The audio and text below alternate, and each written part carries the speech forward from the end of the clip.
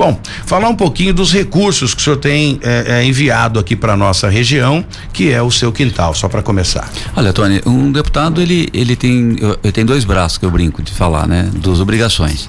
Primeiro é votar direito, né? Votar de acordo com direito, que eu chamo assim, de votar de acordo com os seus eleitores, pelo menos se ele for uma pessoa correta daquilo que ele prometeu e ser coerente com isso. O outro braço, Tony, é o que você acabou de falar, né? Eu dar um bom dia pro Jesse aqui, né? O Jesse tá em casa. Remotamente. Tá, é home office hoje.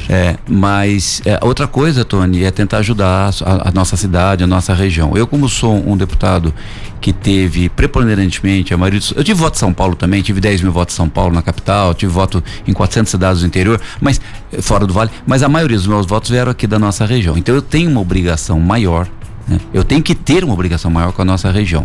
E eu procuro distribuir os recursos proporcionalmente à população, né? Então, cidades maiores, logicamente, um pouco mais de recursos, cidades menores, um pouco menos de recursos, para que todos sejam aquinhoados.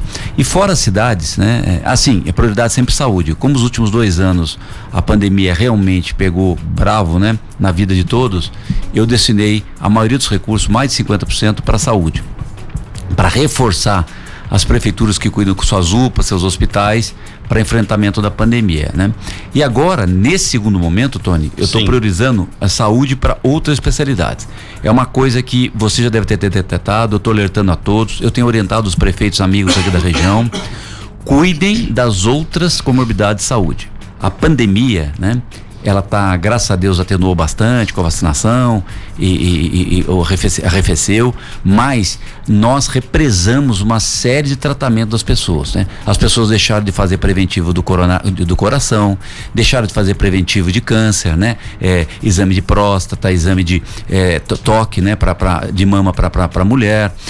As pessoas deixaram de fazer terapias, grupos de terapia, por exemplo, psiquiátrica, que as pessoas faziam terapia em grupo. Com a pandemia não puderam ficar em grupo, ficaram em casa. Isso prejudicou o tratamento delas. Então tem uma série de consequências pelo fato das pessoas não poderem sair de casa durante esse período. E um segundo fator, que são as sequelas naturais da Covid, que a gente não conhecia essa doença. Uma doença trágica. Isso é novidade. É novidade, né? Fora o próprio Covid, né? Ela tem sequelas. Por exemplo, eu tive Covid no ano passado. O que eu tive de sequela? Graças a Deus, eu só perdi o paladar 3 dias. Mas eu sei de pessoas, você sabe, todos nós temos amigos. Felício teve, o Anderson teve. Tem gente que tem sequela até hoje, né? Ou perda do paladar, tem gente, por exemplo, com dificuldade de respiração. Então, o que nós precisamos, Tony? Nós precisamos cuidar de todas essas pessoas. Não estou falando por causa do Anderson, estou falando do cidadão comum também. Sim, né? O Gilson aqui também teve, ficou com uma pequena sequela, mas ficou. Exatamente. E nós temos as sequelas conhecidas, que nós estamos discutindo aqui,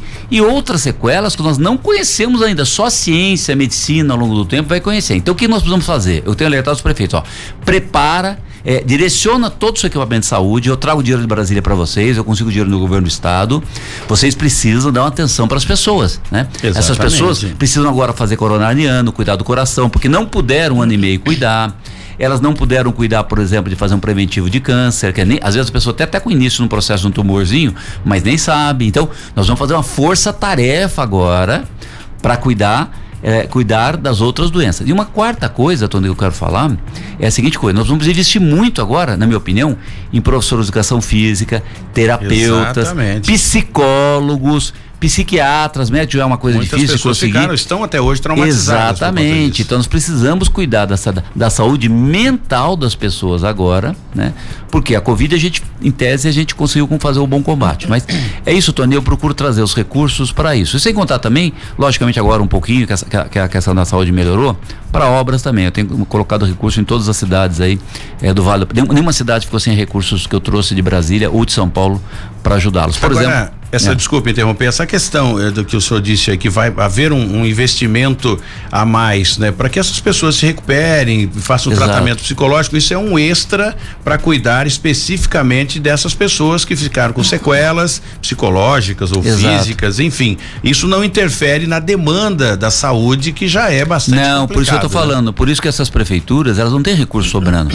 Então, por isso que eu busco ajudar, trazendo mais recursos para ele fazer esse extra, né? Contratar talvez os psicólogos psicólogos, terapeutas ocupacionais. Eu acho que nós vamos precisar muito desses profissionais. E eu trago dinheiro para essas cidades para ajudar os prefeitos. Como eu disse, eles não podem tirar dinheiro da OBS ou da UPA, que entendeu? Já tem um segmento, que já tem um segmento. O dia a dia, as pessoas estão voltando agora nas UBS, as pessoas estão voltando nas UPAs para tratar das outras, vamos dizer, das doenças do dia a dia, né? Tá certo?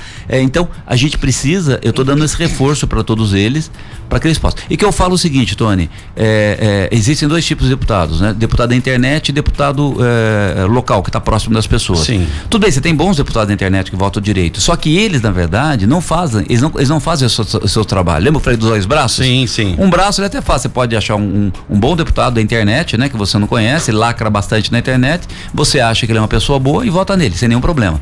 Só que o outro braço ele não faz. Né? O que apareceu mais, e não fez o que... o outro braço ele não faz, então eu tenho que me desdobrar, eu tenho que fazer as duas coisas, eu tenho que votar direitinho para honrar a confiança de quem acreditou em mim, mas eu também tenho que ajudar porque esses outros não fazem isso, eles nem sabem onde fica a nossa cidade, eles nunca passaram por aqui, né? Aqui, ou Taubaté, ou Caçapava, ou Lagoinha, uma cidade pequena aqui no Vale. Então eu tenho que fazer esses dois papéis, cobrir, porque o deputado da internet, ele não tá nem aí com isso aí, entendeu? Não. O negócio dele é lacrar lá, ele lacra lá na internet, tá certo?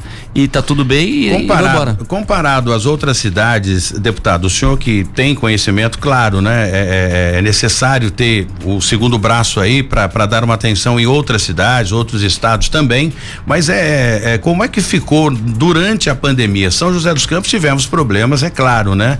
Mas não como as outras cidades, como São Paulo, por exemplo, o hospital de campanha que nem chegou a funcionar, outras cidades que faltou, outros estados, né, que acabou faltando respiradores, enfim, numa avaliação geral, São José dos Campos superou bem essa questão do Covid. Olha, Tony, se você tivesse uma única morte, já era pra gente se lamentar e estar ao lado dos familiares que perderam essa pessoa. Agora, se você olhar o global, o Felício e as nossas cidades, o Isaías, os nossos prefeitos aqui fizeram um bom trabalho, um excelente trabalho. Eu estou falando comparando os números, tá, Tony? Por exemplo, óbitos por habitantes, tá?